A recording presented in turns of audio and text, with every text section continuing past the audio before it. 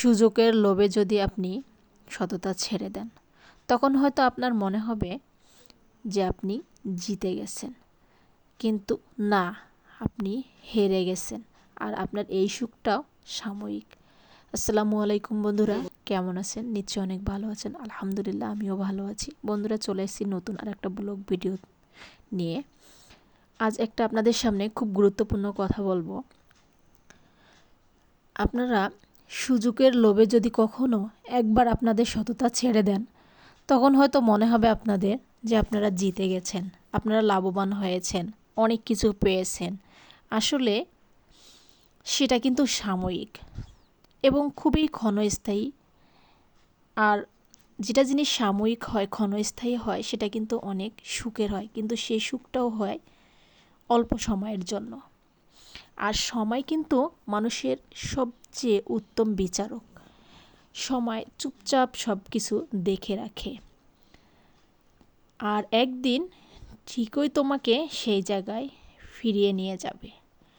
তখন বুঝবে ছোট্ট একটা লাভের জন্য নিজের ভিতরে সবচেয়ে সুন্দর জিনিসটা হারিয়ে ফেলেছ, উত্তম জিনিসটা হারিয়ে ফেলেছ, কিন্তু সেটা তুমি কখনোই উপলব্ধি করতে পারো নাই।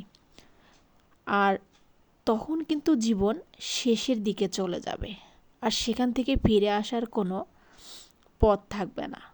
আর নিজের কাজের হিসাব কিন্তু নিজেকেই দিতে হবে, অন্য কেউ কিন্তু আপনার কাজের হিসাব দিবে না।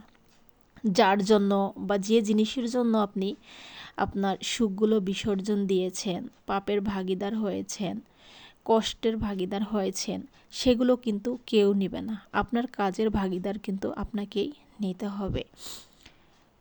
আর তখন এই ভুলগুলোই আপনার মনে কষ্ট হয়ে ফিরে আসবে। এত কিছু হারিয়ে আসলে কতটা লাভ হয়েছিল, তখন আপনার মনে প্রশ্ন উঠবে। তাই সময় থাকতে নিজেকে সামলিয়ে রাখুন, কারণ পৃথিবীতে সবচেয়ে কঠিন বিচারটা একদিন মানুষের নিজের কাছেই দিতে হয়। স্বার্থের এই দুনিয়াতে অর্থের লোভে, সুখের লোভে কিন্তু মানুষ সততাকে ছেড়ে দেয়। সুযোগ কিন্তু জীবনে বারবার আসবে, কিন্তু সততা একবার চলে গেলে আর কখনো ফিরে আসবে না।